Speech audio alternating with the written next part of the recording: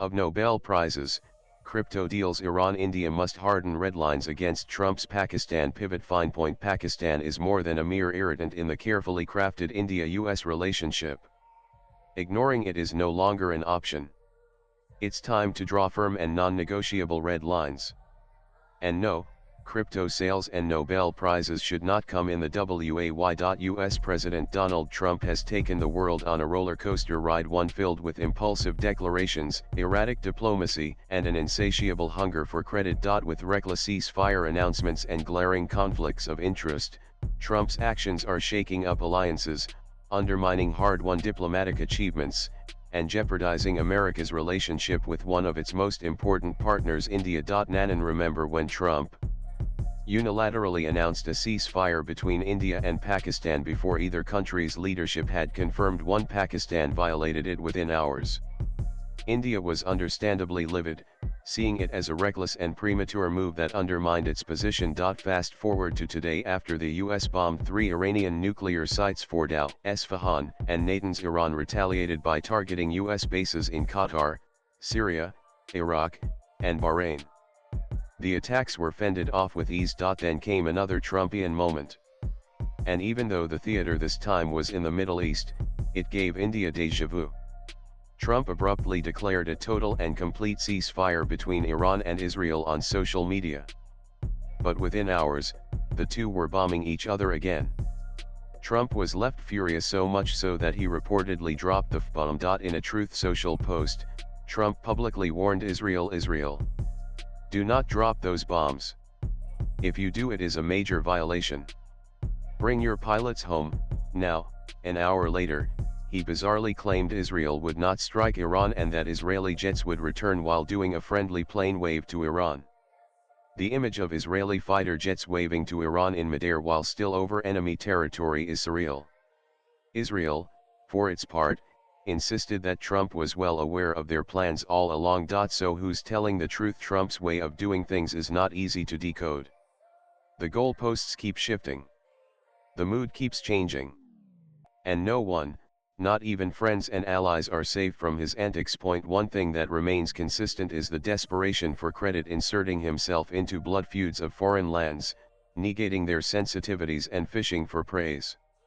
It's an enigmatic display of narcissism where decades-long conflicts turn into theaters of vanity. This is the story of a president whose foreign policy is increasingly seen as performance art, a series of theatrics designed to position himself at the center of global flashpoints. According to insider reports, the coverage of Israeli strikes on Iran on Fox News reportedly inspired Trump's decision to launch the B-2 bomber strikes on Iran. So it wasn't about strategy. It was about airtime. He repeated this pattern in the Indian subcontinent. Trump inserted himself into the India-Pakistan conflict, falsely presenting a fragile understanding between the two nations as a US-brokered ceasefire.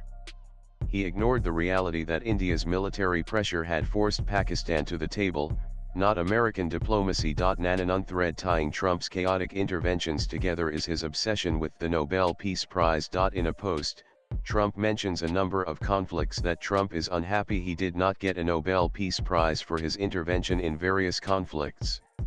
"I won't get a Nobel Peace Prize," he laments multiple times. Pakistan has turned this Trumpian obsession into an opportunity. After meeting Pakistani Army Chief General Asim Munir, Pakistan floated the idea of nominating Trump. It struck the right chords.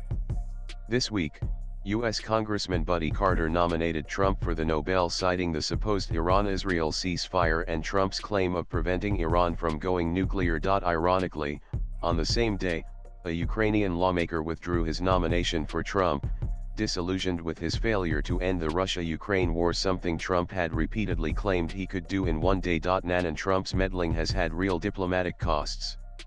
His ceasefire claims robbed India of credit for its military victory. He even suggested mediating in Kashmir, a red line India has upheld for decades by rejecting third-party interference. Trump also claimed he used trade pressure to force India and Pakistan to the table. India's Ministry of External Affairs had to issue multiple rebuttals: no US role in the ceasefire, no room for mediation, and no trade discussions tied to de-escalation ever happened. Despite these statements, Trump continued with his narrative. When he skipped the second day of the G7 and called Prime Minister Modi instead, it seemed like damage control. But this came at the exact time Asim Munir was also in Washington. The blatant disregard for Indian sensitivities had crossed all bounds. Munir, India has reason to believe, is the man responsible for the Pahalgam terror attack, and yet Trump has repeatedly played into his hands, making the conflict about the question of Kashmir and not what it really is Pakistan-sponsored terrorism. PM Modi was not having it anymore. In a 35-minute phone call, he flayed Trump's narrative to his face. No US role in the ceasefire. It was entirely an Indian military achievement. No prospects of mediation. And no mention of trade. This was India setting the record straight directly with the president, leaving no room for further deniability or confusion. PM Modi shattered the Trumpian narrative with precision. Nan Trump's growing closeness to Pakistan, particularly its military, poses a threat to India-US relations. Pakistan remains tactically important in the context of Iran, with talk of Pakistan possibly aiding the US in a war with Iran with access to its bases. Pakistan is a US partner in so-called counter-terror operations against the ISIS-Khorasan. And theoretically, the US seeks to wean Pakistan off of its dependence on China. It is even more concerning because this is the same Trump that in her first term lashed out at Pakistan for backing terror and cut military aid to it. The president's volte-face from that to calling Asim Munir, an unelected military dictator, a great leader, is a giant red flag that reeks of mischief and malice. Perhaps most concerning is the financial link. A firm majority owned by Trump's family, World Liberty Financial, is in business with the Pakistan Crypto Council, a newly launched initiative backed by Munir and Pakistani PM Shahbaz Sharif. The firm's founder, Zachary Witkoff, son of Trump ally Steve Witkoff, signed the partnership days after the Pahalgam attack. Pakistani media reports that unorthodox methods were used by Munir to land a meeting with Trump, which ultimately took place in the presence of Steve Witkoff. So Trump now has business ties with Pakistani leaders, and it is having a direct impact on how the US government deals with Pakistan, even with regards to India. The implications are dangerous. This is foreign policy compromised by personal financial interests. And it's playing out at the cost of India's security concerns. India must now double down on its red lines to preserve the integrity of its relationship with the US. Nan trust must be rebuilt. Trump's antics have eroded years of careful diplomacy.